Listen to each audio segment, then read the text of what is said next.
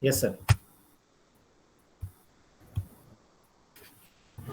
Uh, Good evening, everyone. Sir, I Good am evening, audible. sir. Yes, Yeah, you Rajat, are you are audible to audible. us, sir. Go ahead. Yes, sir. Good evening, everyone. I am Rajat Kumar Maurya. I welcome you all to this virtual platform, Dharwad Katte Dharwad. So, this virtual platform, uh, we have gathered here for a special lecture series organized on every Saturday in Kannada as well as in English.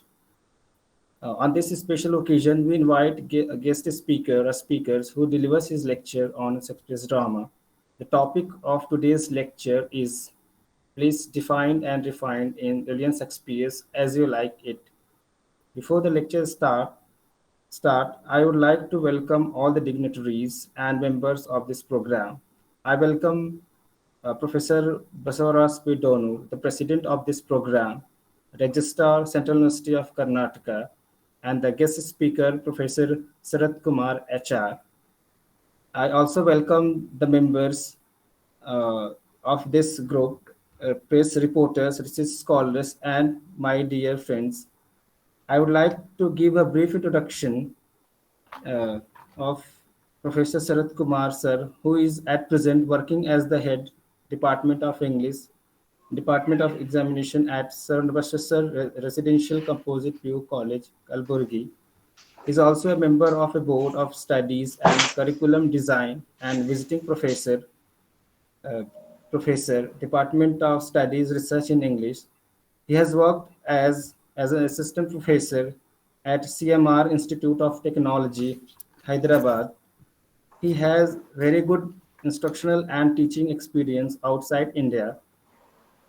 Sir was the member of CDD and CTT Department of General Studies, General Education, Ministry of Education, Asmara, Eritrea, Northeast America from 2010 to 2014. Sir has also worked as an instructor of English at Ek Bahari Comprehensive School of Education, Ministry of Education, Asmara, Eritrea. He has worked as a lecturer in English at Center for Higher Secondary Education and English Preparatory School, Malé, Maldives. Last but not least, Sir is very active in attending national and international conferences. He has published many articles and papers in renowned journals. So, without doing any further delay, I would like to invite Professor Sarat Kumar, sir, to deliver his lecture. Thank you, Mr. Rajat, Thank you. for that wonderful introduction. Mm, I thank, first of all the dignitaries who have been instrumental in making me deliver this particular lecture and giving me the wonderful opportunity of experiencing Shakespeare in an entirely different light. My sincere thanks goes to none other than Professor Baswaraj Dunnur sir, the Registrar of Central University Karnataka, Kalburgi, and Dr. Prakash Balikai sir, who has been behind me in several events and who has pumped in me a lot of influence as well as confluence of many thoughts, which are actually instrumental in delivering this particular lecture. So, if you permit me, I would like to go into my topic very immediately. Can I, sir? Sir, please. Please, sir. Yes. Today's topic, as I said, as you have already witnessed in that invitation card, it is bliss defined and refined in the play written by Shakespeare, that is As You Like It. After giving that particular title, I started thinking a little bit differently. If you remember, Prakash sir, we originally thought of writing about Corona, I mean, speaking about Corona, and then the relevance of Shakespeare. Originally, we wanted to talk about it, but 30 years, sir, it has been that I revisited this particular play as you like it. I don't go into the regular things which everybody can know by simply typing as you like it. by William Shakespeare in Google. Just Google it, you will get a lot of information.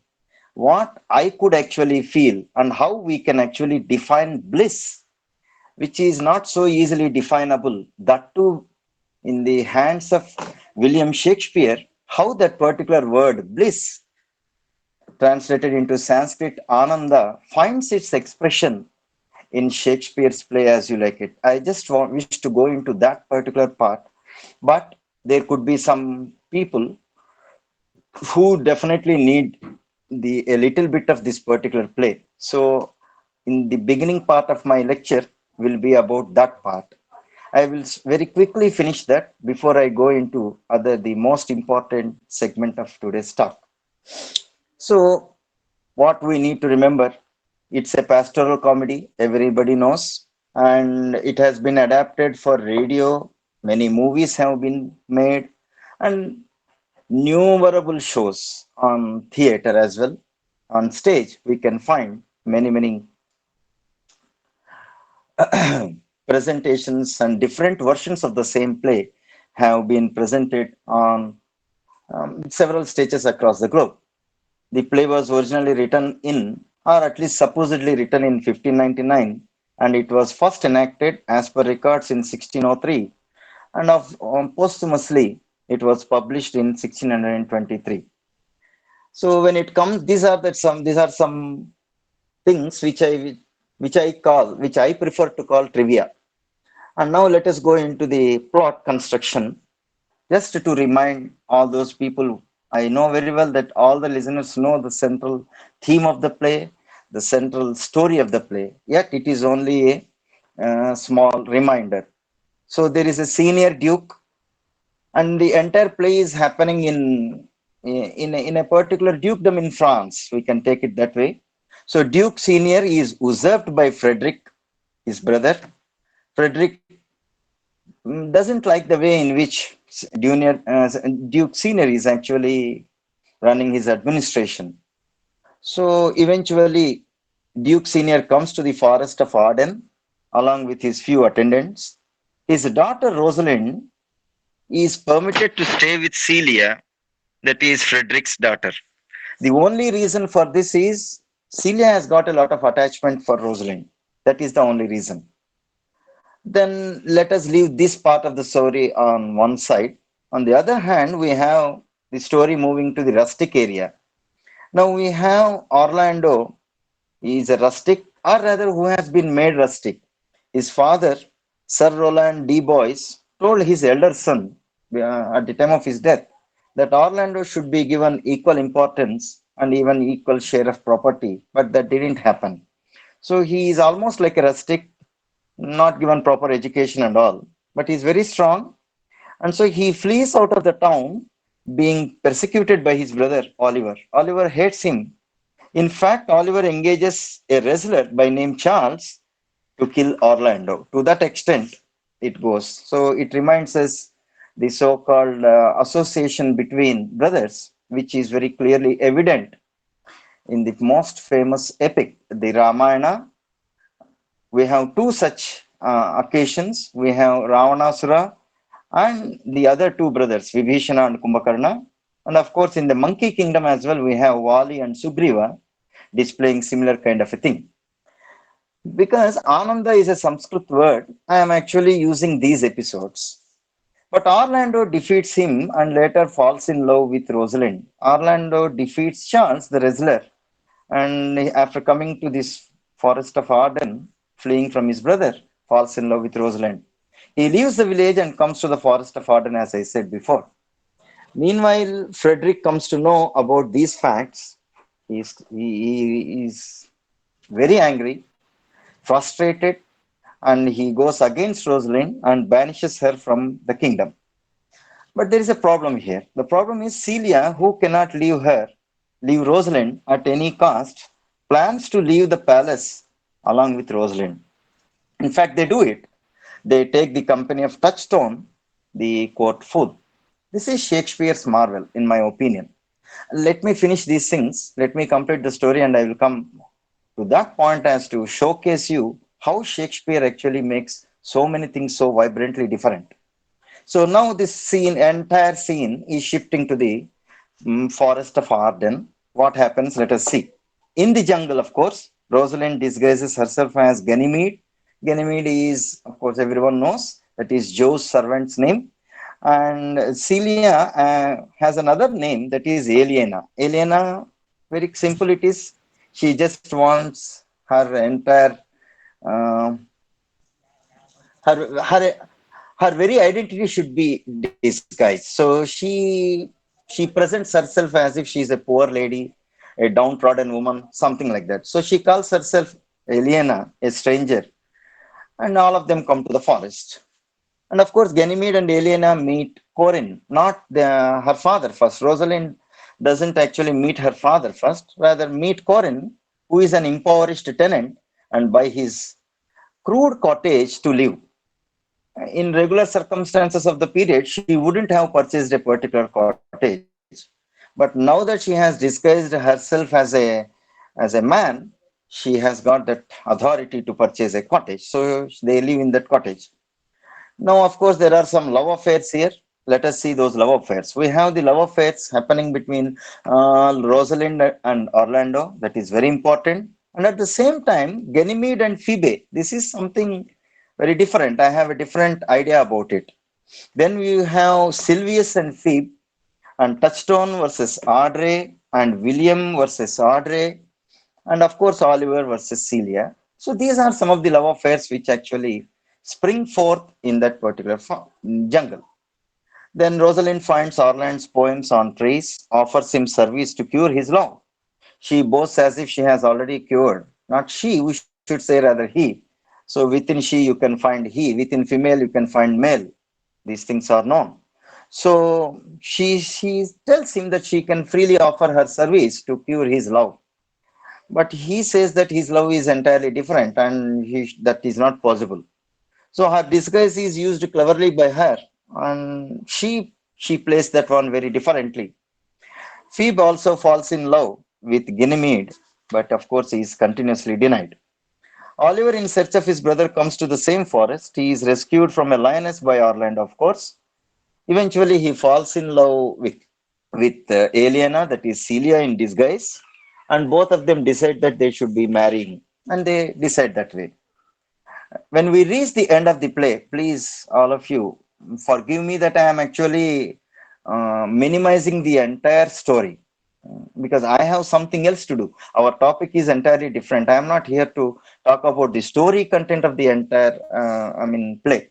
So four marriages eventually it take place: Rosalind and Orlando, Celia and Oliver, Sylvius and Phoebe, Touchstone and Audrey get married at the end of the play. Frederick, meanwhile, has understood his position, his mistakes. He repents for his deeds and, of course, his sins. He restores the dukedom to the senior duke, decides to adopt a religious life. This is something very marvelous. And Melancholy Jacques, being a decisive malcontent character, is a malcontent. He hates societal ways of doing things. So he doesn't like that. So he wishes to stay with that is none other than the newly changed personality, transformed personality that is Frederick. And he wishes to go with Frederick, who now adopts to lead a religious life. So, with that, the curtains are drawn, with Rosalind coming suddenly and speaking of the epilogue in which she thanks everyone. So, this is the general lineup of the play. So, when you see this particular play, the obvious question arises now is this: where is the point of bliss in this play? I narrated the summary of the play as shortly as possible. Now, the question is, where is the point of bliss in this entire summary? And that is exactly what I am going to tell you in the next few minutes. So, the very first feeling 30 years ago when I read the play, when I was in my post graduation, that was a different feeling. I was very young at that time, and Rosalind was my dream girl. And if any woman should be there, it should be as clever. She should be as clever as Rosalind. It was something like that. 30 years later, when I started reading the same play, it's an entirely different thing. Now, also, Rosalind is the central character for me, but in an entirely different light. She's a different character now. And all the people are entirely different now. My perspectives have entirely morphed, I should say. So the very first feeling as we go through the play, or imagine it, or at least see it on the stage, or even via YouTube on the television, or listen to my lecture, is what is called you forget yourself. You don't remember any other thing, okay? And this forgetting is very important, dear listeners. Yes, we forget ourselves in the play, and the operative verb, as I said before, forget is very important. You will come to know towards the end of my lecture why it is so important. I have placed that at the end. After all, that is the essence. Now, let me focus on the structure or format of the play. Now, when I see this particular play, the most significant thing that I find is conflict leading to compassion. Everything begins with a conflict, and finally, it goes into compassion. You see, conflict is something division, and compassion is what is called togetherness. Then, who are the conflicting characters? You may simply think in that way. Almost everyone, according to me. You see, Orlando and Oliver, they have their own conflicts in the beginning.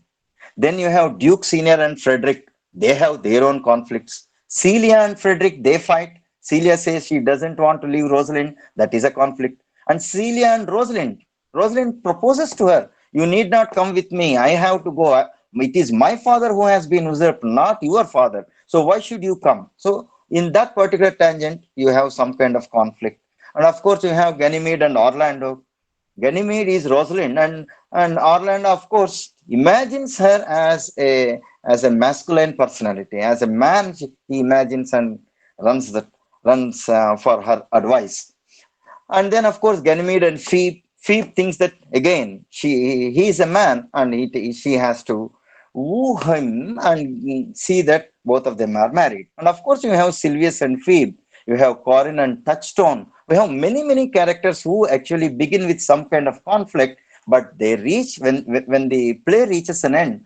Then we find that all such conflicts are completely emaciated and they come to togetherness. And that is what is the greatness of this play. It doesn't end there, it is only the beginning. All these conflicts, as I said, end in their togetherness. For instance, you see in the Ramayana, especially in the Sundarakanda, Hanuman actually initially struggles a lot before he finds Sita Mahadevi in that particular under that what is called Simshipa Vruksha. Under that Simshipa Vruksha, he actually finds Sita Mahadevi. When he finds Sita Mahadevi there, till then, his opinion of Sita, his opinion of Ramachandra, they are entirely different. The moment he finds her there, what he says, you please see. Tulyasila vayo vruttam tulyabhijana lakshanam raghavorhati vaidehi tvam seyamasite kshana. If you see this particular beautiful statement made by Valmiki, you will understand what exactly is his opinion. Tulya means equal. Sila, behavior. Vayo, age. Vrutta, character.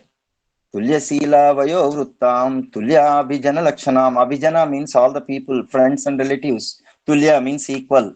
And Jana Lakshanam, the features, the physical characters.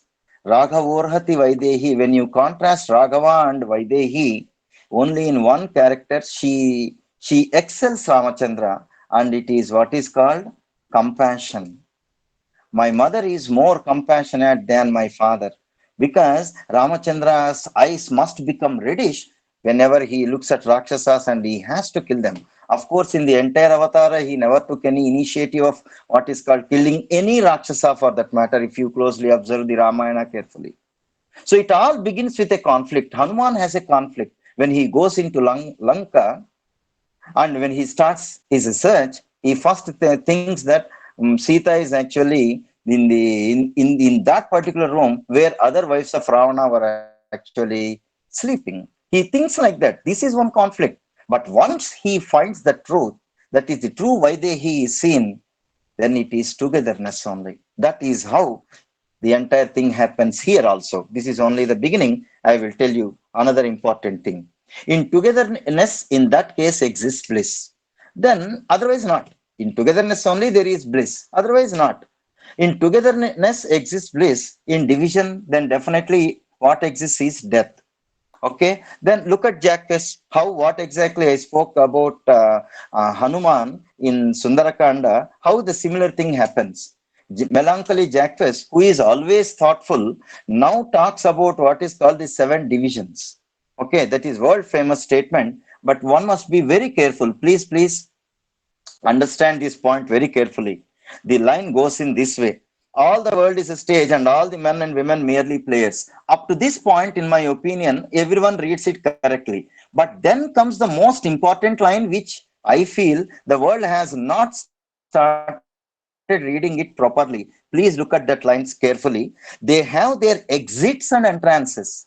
So all the stages, the seven stages of man, which actually seven ages of man for that matter, okay, which Shakespeare actually very clearly classifies, they are not occurring between birth and death. They are actually, see it carefully. It is very carefully written. They have their exits and entrances.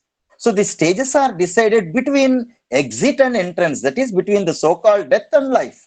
Not one actually starts from death, because if Shakespeare divides human life into what is called seven divisions, then you have John Keats making that particular thing reduce it to four. You have four human seasons for John Keats, and for Shakespeare they are seven. So how are you going to resolve this particular problem? So what I feel, I am telling you very clearly how I look at this. Very personally speaking, they have their exits and entrances. So the stages are decided between one's death and one's life. You can very clearly see. Some are dependent people from birth to death. Some are very voluptuous from birth to death. There is some mistake with their eyes. So like that, there are people. So the divisions are known to everyone. Infancy, schoolboy, lover, soldier, justice, old age, old man, or you can say a senile fellow. All these things, they are there. So what haunts humanity in that case? It is division that actually haunts humanity. And basic two divisions, I would say. That is what Orlando tells Duke Senior. Oppressed with two weak evils. Adam is oppressed with two weak evils, he says. And what are those two weak evils? One is age, and the other is what is called hunger. One is other than age, the other is hunger. These are the two things which actually are haunting none other than human beings, and that is the reason why we are not able to go to that forest of what is called Arden. And what is this forest of Arden? The forest of Arden, according to me, is the arena of bliss. It is the arena of bliss. Then you may ask me, how can you prove it, sir? How is it? Please look at this. I am quoting it from Ananda Lahari, a very great text in Sanskrit literature, and Saundarya Lahari's writer has also composed this.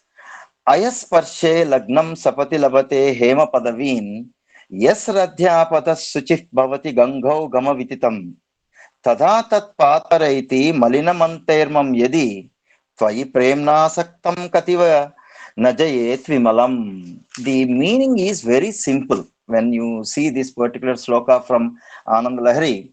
By contact with the touchstone called Sparshamani, even iron gets the status of gold instantly. Water which passes through streams and then joins the torrential waters of the Ganges gets elevated to the state of holy Ganga Jala otherwise. Similarly, how can't my mind, though tainted by several mental sins, attain purity when I am devoted to you?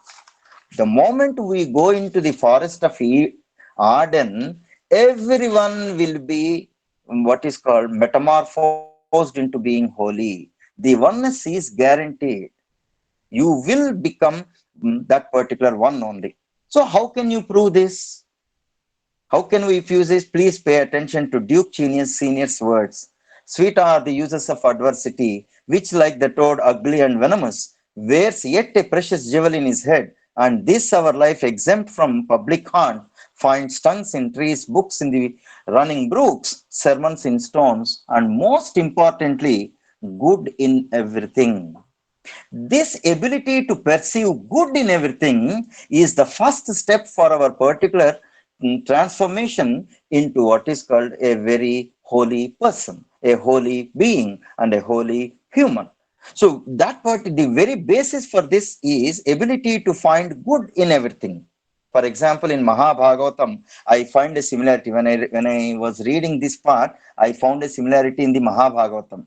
See, look at the way in which the Gopa Balikas, as well as the so-called shepherds who were staying in what is called in Gokula, how they were actually behaving.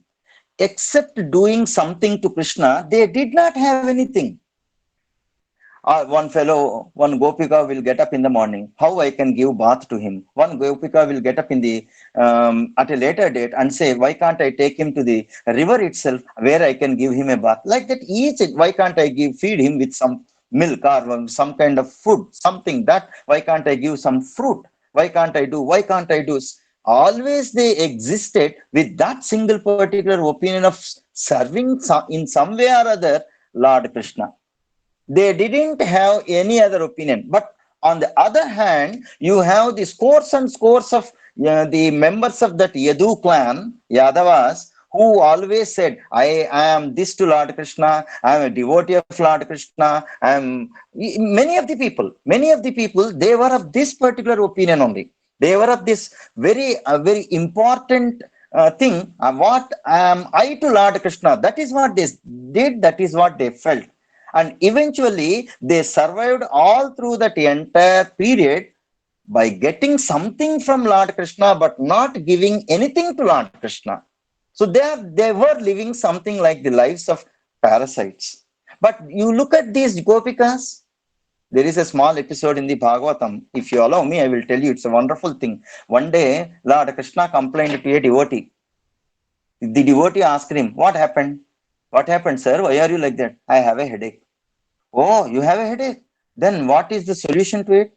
No, any devotee has to walk on the ground, and whatever the soil that is available, if that soil is actually smeared with some water and applied as a paste, my headache will go. Then the fellow immediately said, I will go and then I will bring. He didn't have that particular moral courage that he can actually go out, stand on the soil and bring that particular soil and then give it to Lord Krishna so that his headache would go permanently. That particular thing he didn't. He said, I will go out, I will go to Rukmini, I will go to some others, I will go. This is what he has been telling. Then Lord Krishna says, no, this is not the way. You do one thing, go to Gokulam. Or you will see some of these people, I mean, Gopikas coming all the way from Vrindavan. They will come with what is called some kind of, yeah, please, can you switch off that mic? So from Gokulam, somebody is coming. So that particular lady who is bringing milk to us, why don't you ask her? They will give. The fellow goes all the way and asks that particular Gopika, your Krishna is suffering from headache. So this is the what is called medicine. Immediately they dance on the ground and take as much soil as possible and give him. Then this idiot, this so-called devotee asks them, see, you are giving your particular what is called soil which was under your feet, and he is going to apply it on his forehead. Is it not a sinful act? This fellow asks. Then immediately the Gopikas reply very immediately, Lord Krishna is suffering from headache. Do you think we should be sinful or we should not be sinful? Let us die in this particular thing, no problem. Let us go to hell also in this. First you go into the innermost chambers and give him that particular soil so that he can actually get relieved of that headache. This is real bhakti. This is real bhakti. Ananya bhakti means this. They didn't have any other thing except Lord Krishna. Whereas this is how they. So all these fellows, the so-called Yadu Vamshas successors, are the fellows who lived along with Lord Krishna. They lived with Trishna. They had some kind of Trishna. That is why Krishna disappeared from them. And then you see Charles, who is actually a wrestler, Shakespeare makes Charles the wrestler speak these lines, which are nothing but the translation of what exactly I have said. Charles the wrestler, who is now preparing himself to kill Orlando, speaks these lines. They say, sir, many young gentlemen flock to him every day. Okay, flock to the old banished king and fleet the time carelessly. This word carelessly is very important. And they did as they did in the golden world. The golden world, according to me, is Vrindavan only. As they why these gopikas were going to Lord Krishna, they did not know. And why Lord Krishna was calling them, he did not know. Yet they were together. Long time ago, when Mahatma Gandhi ji was what is called coming to a place, it was happening, it seems. I was not alive at that time. My grandfather was telling us. Why those people came to Gandhi, they did not know. And why Gandhi ji actually was with the people, he never expressed. And yet that particular confluence was happening. The same was the case. I always feel this word carelessly in that sentence, and fleet the time carelessly as they did in the golden world. This carelessly reminds me of one of the names of Lord Shiva. Lord Shiva has what is called 1008 names. Among all those names, one name is what is called Unmatta Sekharaya. Unmatta Sekharaya means king of lunatics. Show me a particular lunatic who is truly lunatic, not like Hamlet. Okay, show me a particular lunatic who would actually behave very carefully. No real lunatic will behave carefully. Carelessly only they will behave. And that is how the real behavior would be. And so Rosalind looks at Orlando in the beginning stage and informs Celia. He calls us back. Gopikas also say the same. He calls us back. My pride fell with my fortunes. I thought I was beautiful. I thought I have this much of money. My pride fell with my fortunes. I will ask him what he would. It is not what he should give me. It is I who have to ask him what he would want. That is how I have to live. That is what Rosalind actually speaks, and that is what I felt. That is how the Gopikas in Vrindavan behaved with Lord Krishna. They looked for what he needed, not for what they wanted. They were beyond the regular rigors of life, which we have been practicing all the time. It is as if everyone in the play is echoing what Love You tells Orlando. Hereafter, in a better world than this, I shall desire more love and knowledge of you. The more the knowledge of the Lord, the less we remember of ourselves. It is not so easy as we can find an echo in Celia's words. Why is it not so easy? Celia says, please see. Beauty provoketh thieves sooner than gold. Celia says at the time of their departure into the forest of Arden, this is what she informs Rosalind. Beauty provoketh thieves sooner than gold. When I read this line, what prompted to my head was none other than the original story of the Bhagavatam, when Rakshasas and Devatas were actually churning the great, what is called the ocean of milk for getting some things. Don't you guess where it is echoed means? It is this. In the Mahabharata, in Bhagavata, where Rakshasas and Devatas churned the milky ocean, they came there to get Amruta. That is called gold. When I said beauty provoketh thieves sooner than gold, gold is Amruta there. But when Mohini arrives, they just go behind her. So beauty, they ran behind beauty. Hence, those who remembered Amrutam got it and became Devatas. Please look at this word very carefully. There are not Devatas and Rakshasas initially. The classification happened at a later date. Originally, they were all Devatas only. They wanted, like in the Bible also we find, originally before the great fall, Lucifer was also what is called a very luminescent angel. There was no doubt about it. He was at par with God. Later only the transgression. So till Mohini arrived and then the so-called stupefaction happened, there were no two classes, there was one class. Those people who remembered Amrutam were later were called Devatas because they remembered their responsibility, the very purpose of arriving there. And those people who actually went out of it and went into what is called the strange thought of running behind a particular woman, for that particular person they didn't come. Adu Vishnu Maya. And in that Vishnu Maya, these people became what is called inescapable pieces and then just ran behind that Mohini. They were called Rakshasas. That is why the word become also should be understood carefully. Be means to exist, to come, to change. You should exist to change. Without existence, how can there be change? So the very word become should be understood carefully. And those who forgot their very purpose, as I said before, were later called Rakshasas. Shakespeare prefers to call Rakshasas by the name thieves. Let us read that particular sentence one more time. Beauty provoketh Rakshasas sooner than gold. He used thieves, and this is what exactly I felt.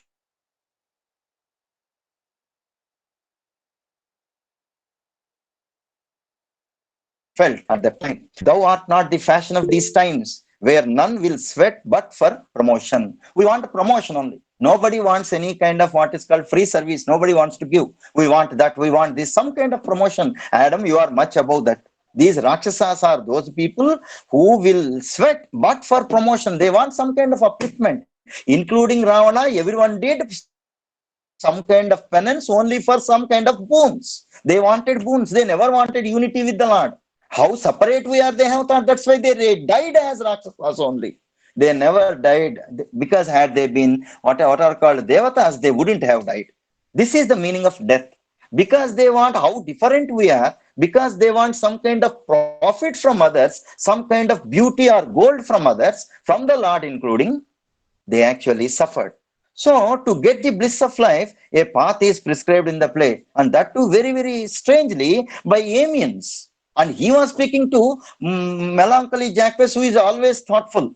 It is spoken by Amiens. He says, who doth ambition shun? In that song, under the greenwood tree song, this is what appears in the middle. Who doth ambition shun and loves to live in the sun? If I am given another opportunity, I will tell you what astrological things actually Shakespeare did in his plays. So, who loves to live in the sun is a sentence of astrology. Sun actually represent what is called the true I am, the supreme goddess, who loves to live in the supreme God. Okay, seeking the food he eats. We are not, we are suffering from all kinds of diseases because we are actually eating for the tongue, not for what is called for the belly's sake. That is the mistake which we have been doing. So who seeking the food he eats and pleased with what he gets. Whatever we get, we should be pleased with it. Whether we get amrita, very happy. Even if we get hala hala, we should take it as hello hello and be very happy.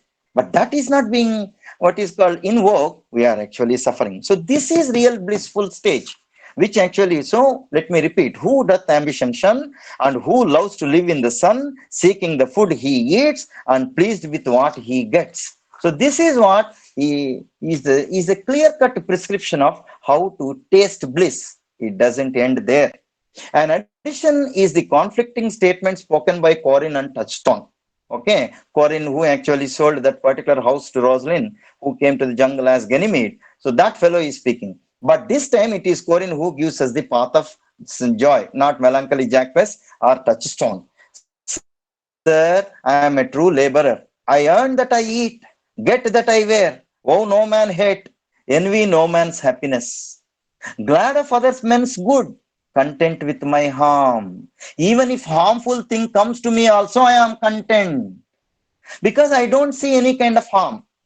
If you remember my previous, I mean, if any previous batch students are there who have joined me today in my session, you might have remembered my particular statement on La Belle Dame Sans Merci.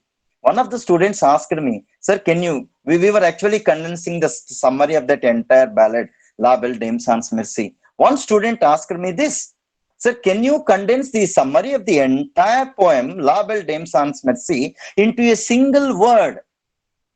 I dedicate this particular word and the thought which dawned into my head to the lotus feet of Lord Sharna Basveshwara only.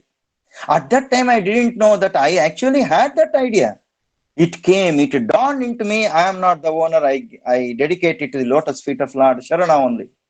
And the word is charm.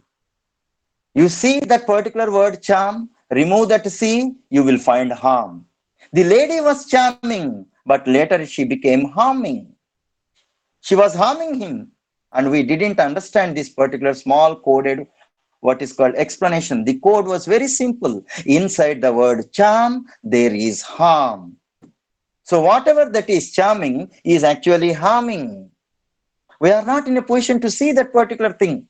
This is the secret, hidden message, I would say. Shakespeare hid many such secret messages within his plays.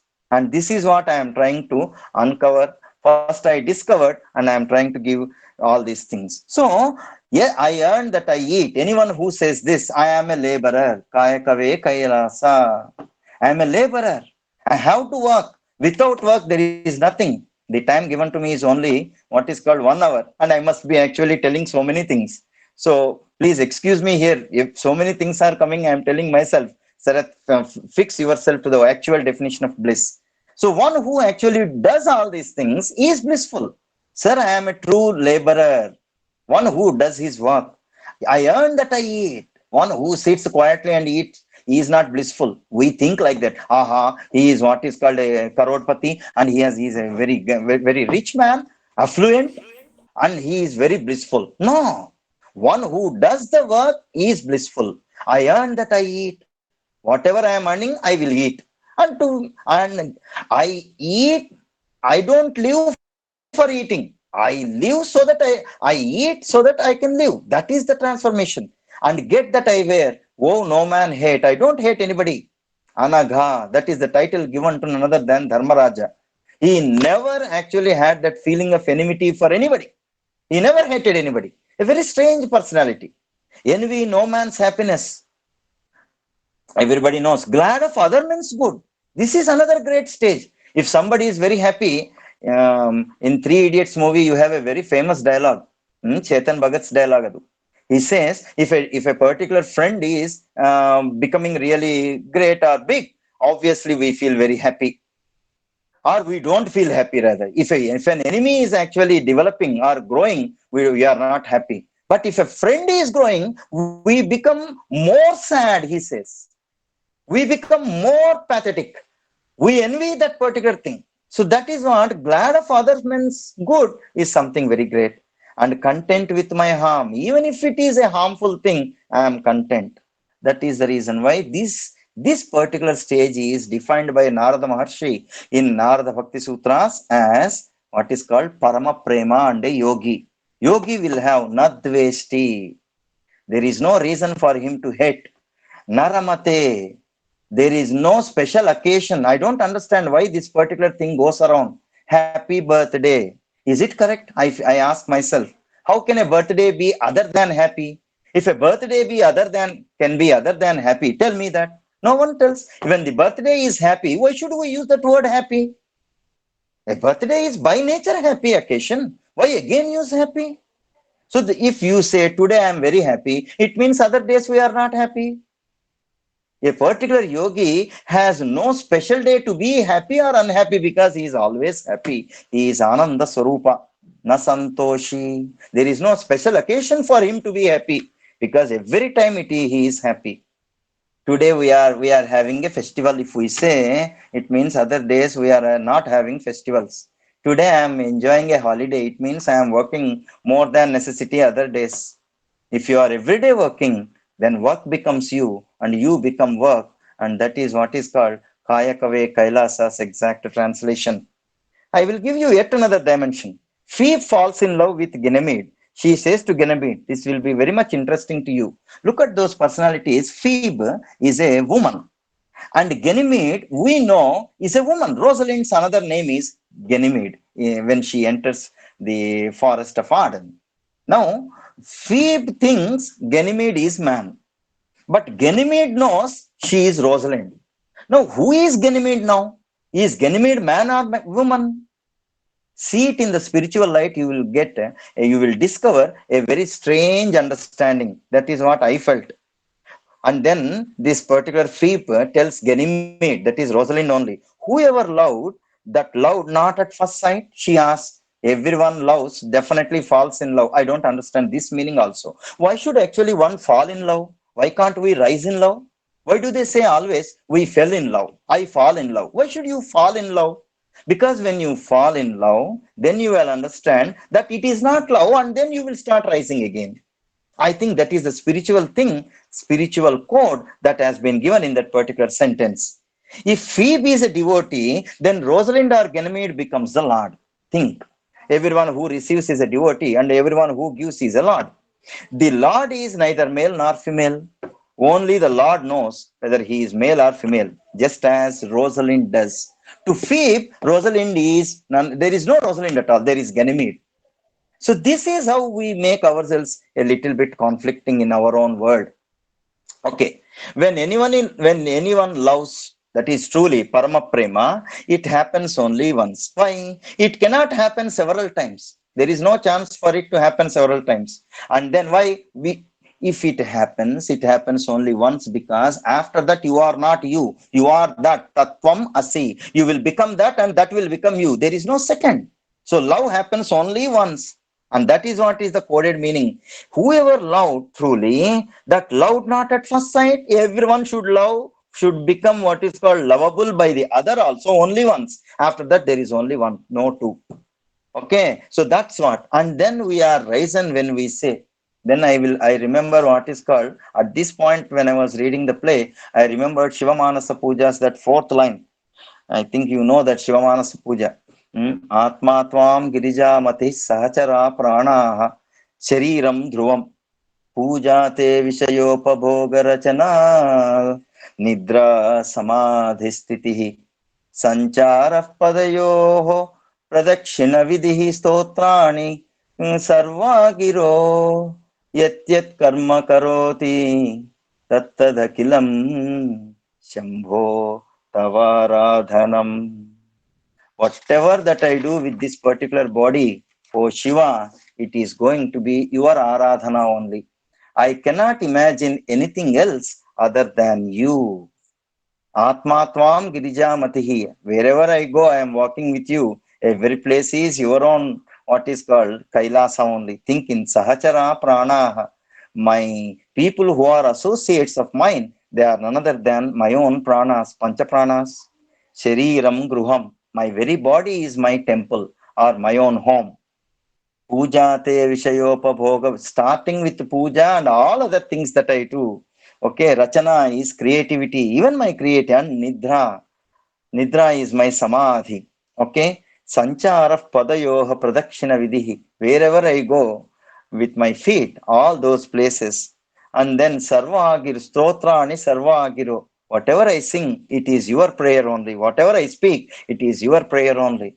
Okay, Yajyat Karma Karomi. Whatever act that I do with this particular body, Tattadakilam, that entire thing, Shambho, the one who gives nothing but peace, the one who gives, one who bestows nothing but goodness. Okay, Shambho Tavaradhanam. Please think that these are the elements of my devotion.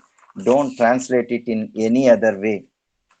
When we do this, that is, when we sacrifice ourselves, please remember, we should be sacrificing ourselves, because not only ourselves, our shelf also. You can see a particular shelf of books, even that is to be entirely removed. That should not exist. When we do that, then we realize what Touchstone informs William. In the play, Touchstone speaks this wonderful sentence: the fool doth think he is wise. Every fool in this world thinks, Sarat thinks, that he is the wisest fellow because he is the lowest fool. Anyone who thinks he is the wise or a wise fellow is the first fool. But the wise man knows himself to be a fool. What actually Pythagoras was telling his student, a student actually comes to Pythagoras. He was in need of education, and Pythagoras was leaving the world forever. And so the other disciples tell him, please don't go.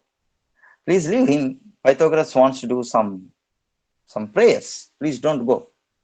But this fellow somehow comes to Pythagoras, falls at his feet and says, you are my teacher. You must teach me. Then Pythagoras says, come with me. Both of them walk into a river. Pythagoras takes the disciples, the young boy's head, and then immerses in the flowing water. The boy's entire body is shivering like anything for want of breath. After a few seconds, Pythagoras lifts the boy's head up and says, what do you want now? Then the boy says, breath. When your head was inside that water, what did you want? That was the question. When the boy said, I want breath, you will not be educated. Even at that moment also, if you remember education, then automatically I will come and I will be your teacher. Till then, wait. Saying thus, the great teacher Pythagoras had left that place. So that Pythagoras says, we must eliminate one particular fool from this particular world, and that person is none other than you yourself. Like that he says. It's a great statement. In fact, the wisest man considered himself to be the what is called lowest fool, and that's why he's the wisest, I believe. And that is what Shakespeare is also echoing, in my opinion. The fool doth think he is wise, but the wise man knows himself to be a fool. It is the wise man who knows that he has to learn a lot and he has to go a lot of distance. And to get to that stage, And to get to that stage, what should we do? As said in the, again, I am quoting this particular statement, one of my most loving statements, I must say. I am again quoting from the same Ananda Lahari, Adi Shankaracharya's great, one of the greatest poems. He says, Vrusho Vruddho Yanam Visimshanmasha Nivasanam Paramesha Smashana Vatika Krida Bhujaganiho Bhushanam Vidhi समग्र पदार्थम जगति विदितैव स्मरिपोः यदैतास्यैश्वर्यं तव जननी सौभाग्य महिमा. Ishvara has many qualities, O Mother Goddess, O Divine Mother. Ishvara has got many qualities, and these are all known to the world. Paramesha, what are those qualities? He is famed as the destroyer of Smara. This is very important. This word Smara, I am connecting. He is the destroyer of Smara. I know that I am living. This Smarana will be removed only by Ishvara. Smara will be removed by him. Please remember this. His vehicle is an old bull. Poison is his food. His clothes are the four directions. His playground is the graveyard. His ornaments are snakes. These facts are known to the world. In spite of all this, O Divine Mother, all his lordship, his Aishwaryam, are but due to your own Saubhagya. That is what I actually wanted to say. If you remember, in the beginning point itself, I said the very first feeling that we get is we forget ourselves in the play. Why? Because Paramesha comes and he removes our so called Smarana. When we forget our Smarana, then comes what is called the real Lord. That Lata Mangeshkar says, okay, you are now the toppest singer in this country. How do you feel? She says in one of the interviews published in Illustrated Weekly of India, that magazine is not coming these days. So there she says very clearly, the top position is very narrow. You should only exist. There are so many others who will be trying to topple you. It is very hard to continue to exist in top position rather than to be the toppest. I don't know about it. I never aimed for any kind of top position because my concept is the moment we have a goal, all tension occurs. A goalless life is the real life because the moment we get goals, it means we are smarana. We are actually doing that smarana of those goals. That is the reason why we suffer like anything. We have tensions like anything. So he is the real destroyer of smarana, and then forgetting oneself happens. And when forgetting oneself happens, that particular stage, I feel, is what is called bliss. And so, thus may Goddess Bhagavati smile in us so that we become, as I said to you before, become means to exist for a change. We have to exist in order to experience the change, and that change is to be our communion with the Lord, and then real Ananda comes. To summarize all these things, I have a single line definition, which is nothing but a refined expression of my perception of as you like it. And that line is for of all of you. That line is for the whole world. And this is how I define what is called Ananda. Ananda is what is called one line equation. In oblivion lies bliss. The moment smarana is gone, then comes what is called the real God. So look at that word tractor. Inside the word tractor, you have actor. Either there should be a tractor or there should be an actor. If you want that particular actor to exist, the starting two letters T and R should go away. Inside drama, there is Rama. If you want Rama to exist, drama should fall. That feeling that I am doing everything, that drama should fall. Dehatma Bhavana, that D should fall, then Rama will pop up. That is what I could understand from this particular play called Other Than As You Like It. So, my dear uh, listeners, please remember this quote as the summary content of what is called As You Like It. As you like it, please remember this. In oblivion lies bliss. Bliss exists only in oblivion. This is one single sutra I was able to form when I went through this particular play.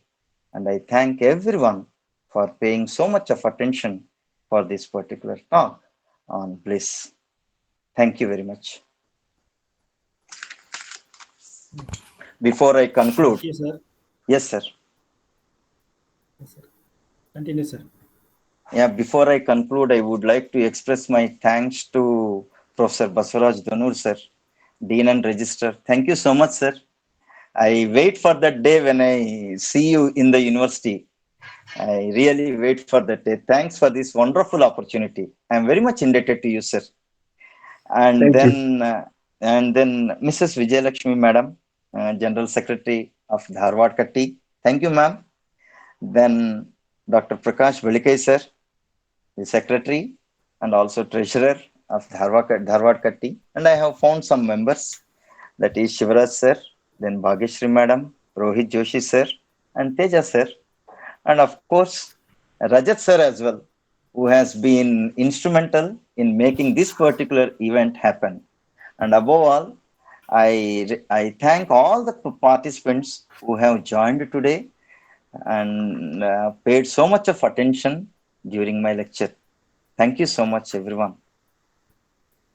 Thank you, sir. And if there are any questions, I am ready to take. Yes.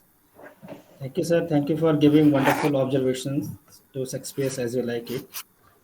Through the Indian mythological lens by reciting many slokas, and also you emphasize many words and their denotative and connotative meanings. So now I request the president of Dharwad Katte to share his key observations. Good evening to you. Rajat, am I audible? Yes, sir. Yes, sir. Dear viewers and members of Dharwad Katte, it has been a wonderful experience. I never heard Sharat Kumar before. I heard him today. Thank you, Sharat Kumar, for your brilliant talk on Shakespeare's As You Like It. It's a Thank you so complete much, sir. talk. It's a complete talk. It's a wholesome talk. Thank you, Very, sir. very, Thank you very, very much. very, very, very, very comprehensive and also a very powerful speech. Thank you, sir. And I'm happy that you accepted our invitation and delivered your wonderful, brilliant talk on As You Like It. And also, I must thank you for, telling us more about Indian mythology, the Ramayana, and you refer to Shankaracharya and others. So, in that sense, this is a brilliant talk and wholesome talk. Thank you so much. Thank you, sir. And Shakespeare is one great writer to whom we go often for many reasons. One of the reasons is we find answers to many of our questions, Correct, sir. many of our problems, and our physical problems, psychological problems, social problems, cultural problems, political problems, and also metaphysical problems. There are answers in Shakespeare. Mm. So that so every teacher of English, every student of literature, should go back to Shakespeare. And As You Like It is one of his very popular plays, one of his brilliant plays as well. And uh, this play gets prescribed in many universities and colleges across the globe, not just in India, across the globe. And it's also huge success among Hello. Hello.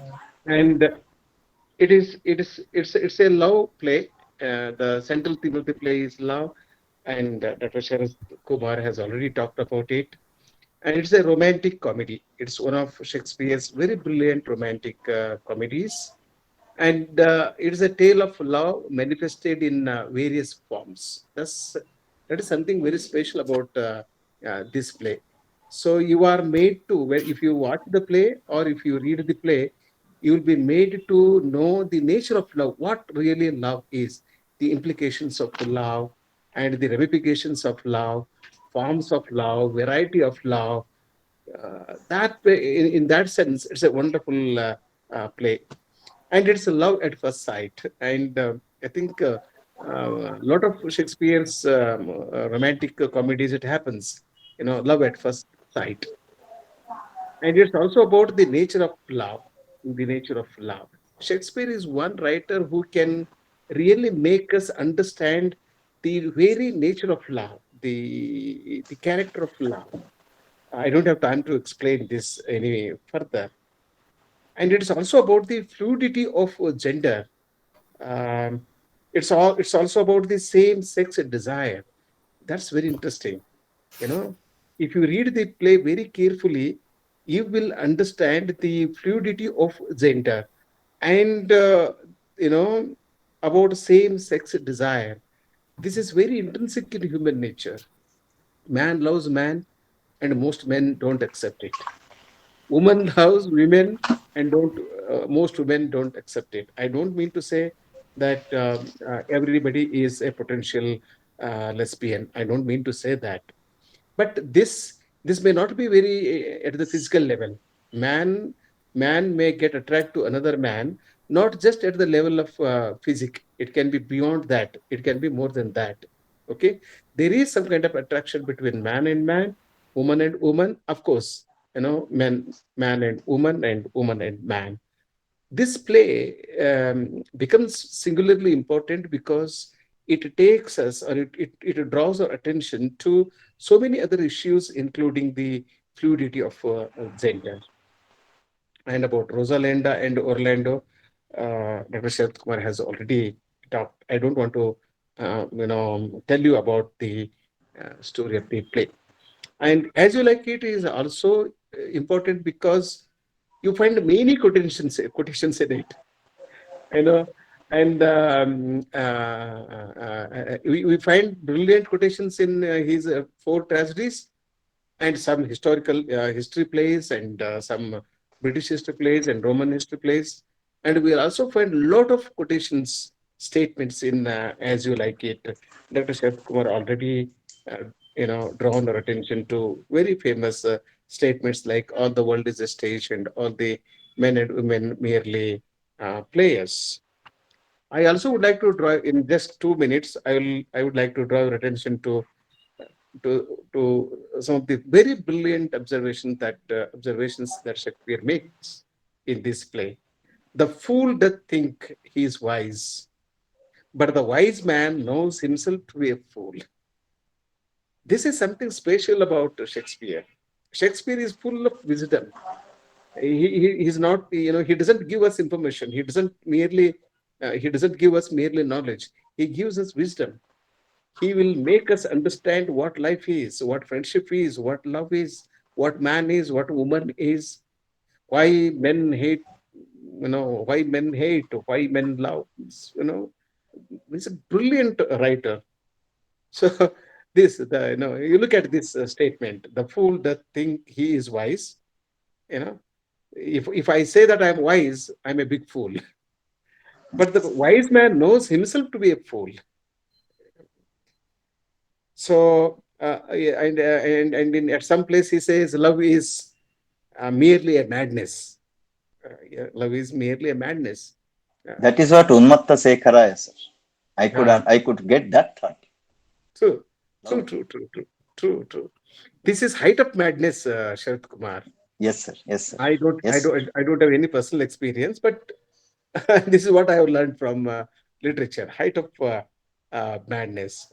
And people say love is blind. It is blind because when you are in love, you don't understand anything. You don't understand Even anybody.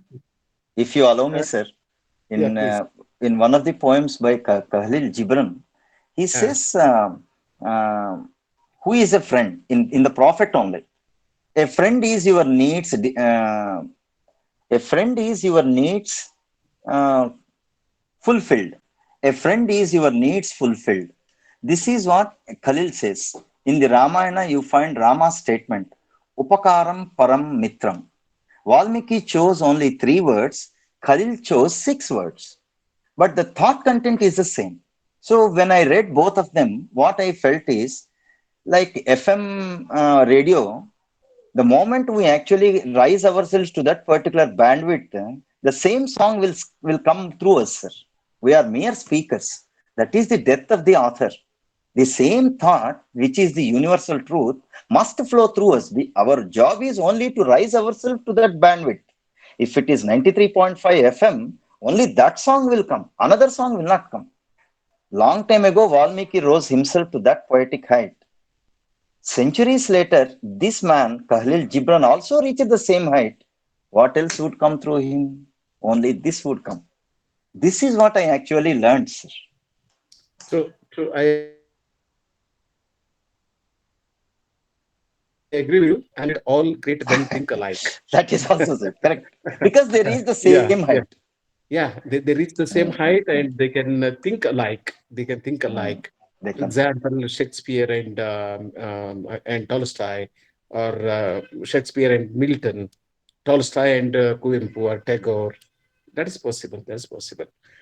Anyway, this is a very brilliant talk, Sharat Kumar, and I'm sure that the viewers of Davarkate have enjoyed your talk. And now, Rajat, over to Rajat, and Dr. Sharat Kumar can take questions. I request the viewers to interact with Dr. Sharat Kumar. Thank you so much. Thank you, sir. Thank you for giving your valuable observations, very interactive observations. So Thank you, now sir. the session is open for discussion, queries, and questions. So I request audience to ask questions, discuss questions to Professor Sarat Kumar, sir. Hello, Yes, sir. I am Kulkarni from Kumta. Yes, sir. Okay, okay. Good I am evening, sir. okay. Namaskar, Shri Sharat Kumar ji. Sir. Actually, Maharshi Aurobindo narrates in his future poetry, Shakespeare is a Vishwamitra of Europe. Now, after here pulsing with your expressions, now it is Sir. proved. So he clearly mentioned he is a Vishwamitra of Europe. So you have used one particular word that the sun, the knowledge is equal to sun, you know. So they Yes, sir. clearly mention the particular in the future poetry and in other writings also. Yes, Then sir. during the 15th century, the evolution in the language, it is not only in India, throughout the world, around the globe. Yes, Here sir. in India, in 15th century, from eastern side from Chaitanya Pantha, southern side from the Veera Shaiva Dasa Pantha, and from Correct, sir. Gujarat, Vaishnava Pantha, and from Punjab, Sikh Pantha. In the same way, Sir. in Europe also, yes, presented by Shakespeare only. So, Yes, sir. then happiness, they explained so many things from Sanskrit and Kannada and etc. So happiness is materialistic, definitely. But pleasure is from maybe from heart. But bliss, yes, Yes, if sir. you are ready to pulse with the soul, then only it is very easy to understand what is the bliss. Hmm. So here, either Shakespeare or Valmiki and all others, great Sir. thinkers. Sir.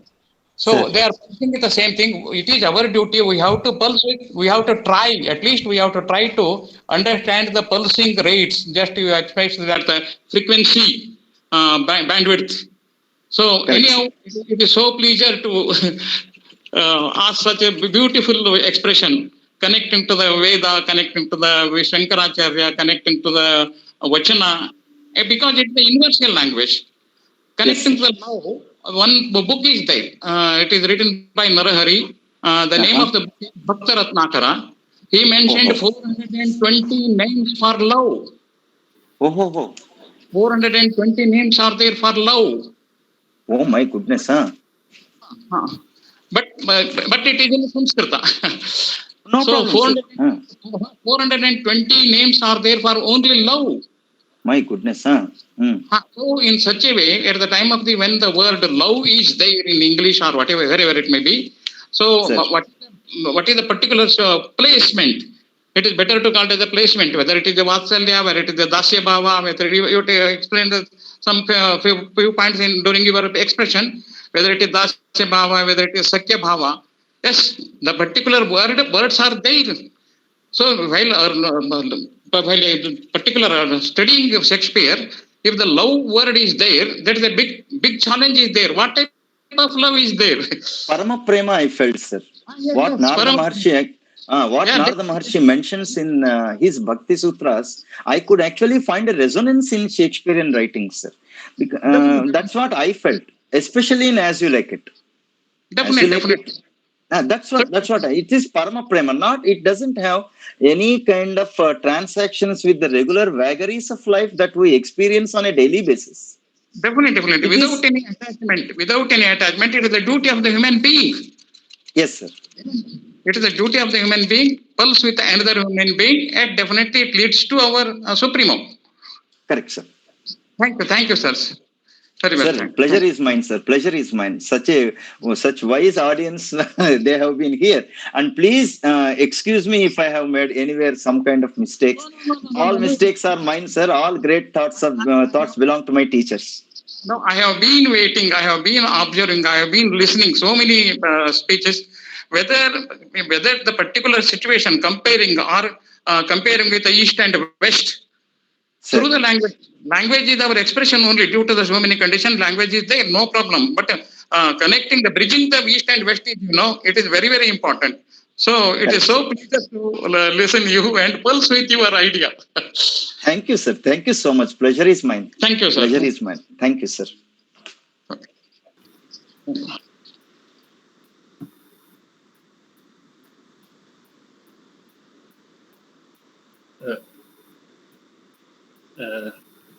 I request other audience also to ask questions if they want. Good evening, sir. We can discuss.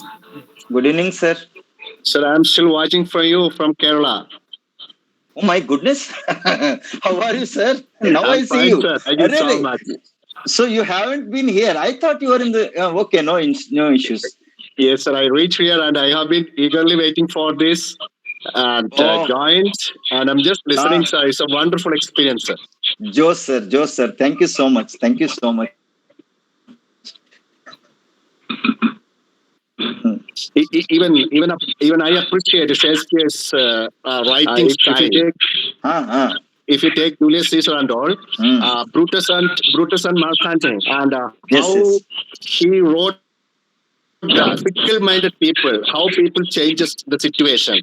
The Romans were with Brutus when he gave a speech, and later arise Mark Antony. When Mark Antony arise, the same people were joined with Mark Antony. So this shows people were like fickle-minded. So it was there in those days.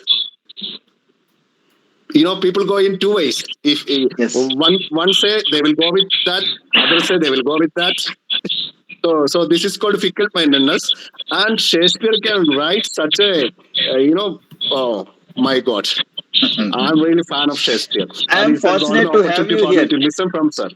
Joe, sir, I'm sorry I didn't see you. In fact, the mobile, I don't know how to operate this entire thing. I'm sorry I didn't see you, sir. I'm glad that you appreciated it. Yes, sir. Really, it was a wonderful talk, sir. So incredible it is. Thank you, sir. Actually, we should have like this sometime. Sure, sir. Sure. And I am very much thankful to Basara sir, Rajat sir, and then of course Prakash sir, because these are the people, especially Prakash sir. I must say, he said, "Sir, you must speak like that." He was the one who propelled me, and I am very thankful to him. Thank you, sir. Thank you. Thank you, sir. Can I ask a question? Yes. Sir. I'm sir students actually. Good evening, sir. Madam ji. Yes. Yes, I am here. Namaste, sir. Good evening. It was a fabulous lecture today, and really thought that you have so much of knowledge to share and not only about literature, but out of literature is spirituality. That also you have. So it was a very nice evening today. Thank you, ma'am. And sir, actually, I had one a very old question that I thought that being mad is to be blissful, but it is not true. It I had some hard times being mad also. So if we chase behind the bliss or behind happiness, then it is going to be far away from us. This we need to have some intelligence to accept all these things. Correct, ma'am. This is one thing, sir. The second thing is it is so complicated. If you are going into the complication, my head stops there only. I can't go inside that. I can't reach the height. There I want to work. I have to have some homework there. I need to reach that. I know I'm been sensing that stage, but I can't reach it. And that key I want, where I have to open it. This is the second thing. Okay. I think I have many questions like this. On this platform, will you And wish me to answer? one more statement is that Shakespeare has said, "As you like it, not as I like it." Correct. That's what I too ended. When I ended, that was my statement. As you like it, please codify that it is what is called in oblivion lies bliss. That was what my statement was. I to put it on the audience's side only, ma'am. I drove the ball directly into the other's court. I didn't put it in my court, ma'am. Even now, I didn't put it in my court. Yes. I hope I can answer these questions. Ma'am, I tell you the basic reason for this lunacy. One base point I tell you, ma'am. Why does it happen? It happens because man is such a being that when they get up in the morning and they go to bed in the evening, they want a particular challenge to overcome, ma'am. Yeah. This particular challenge either can be what are called regular targets. For example, I'm a PU student and NEET examination is my what is called target. Or I'm an engineering student, I wish to crack MTech exam. Or I'm a what is called lecturer, I wish to do something else. I'm an unmarried fellow, so I want marriage. There will be one, or as you said, for a particular lunatic, escaping from that lunacy or escaping that routine way. What is lunacy, if you ask me? I give you one single word, ma'am: monotony. Monotony is the easiest way to define what is called lunacy. Yeah. Man hates monotony. We don't want monotony, ma'am. Monotony is wrong. Single color we don't like, ma'am. Correct. Tone is also having that notation called color. So lunacy is what none other than monotony. So if we simply escape from that monotony or monotonous way of thinking, then we see creativity, ma'am. That is what I give in another code, that is thinking beyond the frame. That is what I was doing in classrooms when we were together in classrooms, ma'am. I was not teaching you what is there in the textbook. I was teaching you what is beyond. Yeah, because correct. A word is nothing but a prison house of sound. That is how I define. A word is nothing but a prison house of sound. It cannot escape that. But real knowledge exists beyond the frame. So if we can think beyond the frame, I think we have answers for everything, ma'am. The remaining questions of yours would be very much congenial if I answer you separately, ma'am. Correct, sir. You are right. Yes. Anybody else? Thank you. Thank you so much, ma'am. Anyone? Thank you, ma'am. Anyone else wants to ask questions or give his observations?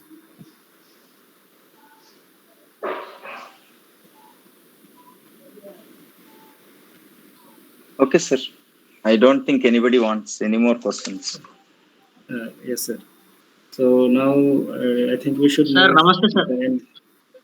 Namaste. Sir, Yes, yes, myself please. is Sachin Kumar, sir. I am a student of Central University of Karnataka. Actually, Oh, I don't wonderful. have any doubts, sir. By sir, can I talk in Kannada, sir? No, please. Sir ನಿಮ್ದೊಂದು ಇದೊಂದು ಕೇಳೋ ಒಂದ್ ರೀತಿ ಮೂಕ ವಿಸ್ಮಿತ ಆಗ್ಬಿಟ್ಟೆ sir. ಆದ್ರೆ ನೀವು ನಡುವಲ್ಲಿ ಹೇಳೋ ಪೈಥಾಗೋರಸ್ನ ಬಗ್ಗೆ ಒಂದ್ ಇದು ಹೇಳಿದ್ರಲ್ಲ ಸರ್, ಅದು ನನ್ಗೆ ಗೊತ್ತಾಗ್ಲಿಲ್ಲ ಸರ್. ಅದು ಒಂದ್ಸಲ ಕನ್ನಡದಾಗ ಹೇಳಿದ್ರೆ ಈಜಿ ಆಯ್ತು sir. Oh, but my biggest problem is I can understand Kannada, but I am not able to answer it in Kannada. Rajesh sir, can you help me in this? Yes, One thing you can do, Prakash sir might have heard it. I am yes, very, sir. very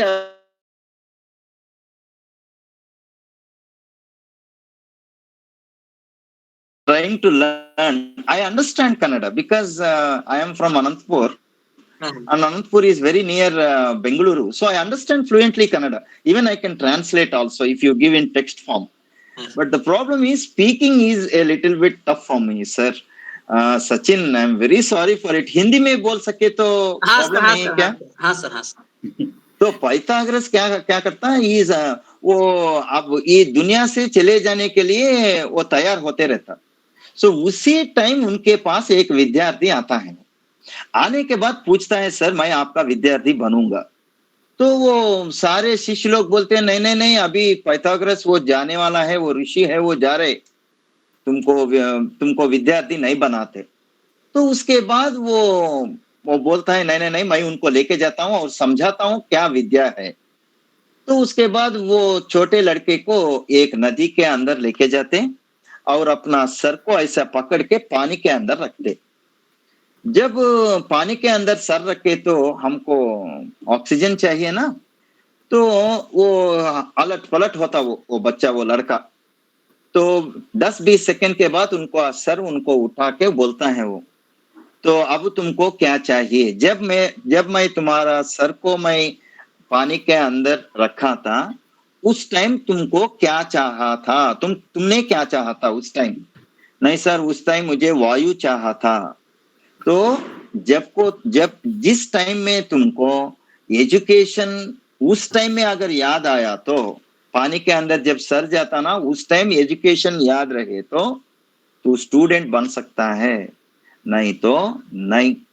जब वो स्थिति तुमको आया तो मैं अपने आप आ जाता हूं, फिक्र मत करो, जाओ, ऐसा बोला था वो. So an educational personality is one who doesn't think anything else other than education. उनके लिए सेपरेटली ये एजुकेशन टाइम है, वो एजुकेशन टाइम नहीं है. रात 2 बजे एजुकेशन ಇಲ್ಲ, ಇದೇನಿಲ್ಲ. ಎಲ್ಲ ಟೈಮು ಎಜುಕೇಶನ್, ಎಲ್ಲ ಅದು ವಿದ್ಯಾರ್ಥಿ.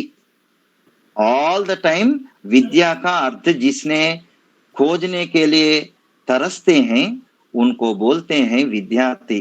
विद्या को मांगने वालों को विद्यार्थी नहीं बोलते सचिना.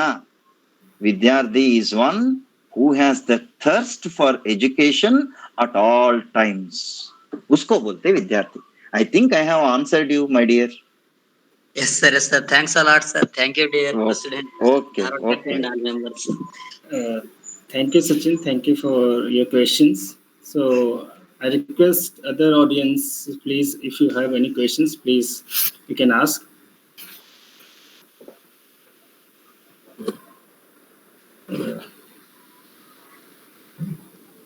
So I think we should We move can wind up, sir. We can wind Yes, up. sir. So now we have reached to the end of the program. So before winding up the program, I would like to thank the president of the program, Dr. Pasaras P. Donor, and my special thank also to the guest speaker, Sarat Kumar sir, for giving a very informative and interesting lecture on the topic. Sir, and also I would like to thank the members of this program, media, press reporters, teachers, research scholars, and friends. So thank you all for joining us and listening us patiently. So now thank you all. We will meet again next week, next Saturday, with another interesting and informative talk. Thank you. Looking forward to seeing you again, sir. This time in the audience, like a spectator. And good evening. And thanks one and all. for all your questions, remarks, attentive, especially appreciation from Dr. Kulkarni. Thank you, sir. And Madam Ji, you asked a wonderful question. Thank you, everyone. Sharatji, I am not doctor. Yes, sir. I am not doctor. Okay. I am editor of Sri Aurobindo Society Kannada section. Oh. Any other time, sir, I am ready to help you, sir, in any way. Definitely, I will contact you. Definitely, I will. Yeah, sure, sir. Thank you very I much. am not a doctor. Thank you all. Thank you for this wonderful session. Good evening, sir. Thank you, sir. May I leave, sir? Now may I leave? Yes, sir. Sure, sir. Thank you, sir. Thank you so much. Yes. Namaskar. Namaskar, sir. Namaskar. Ellarigu namaskara. ನಮಸ್ತೆ sir.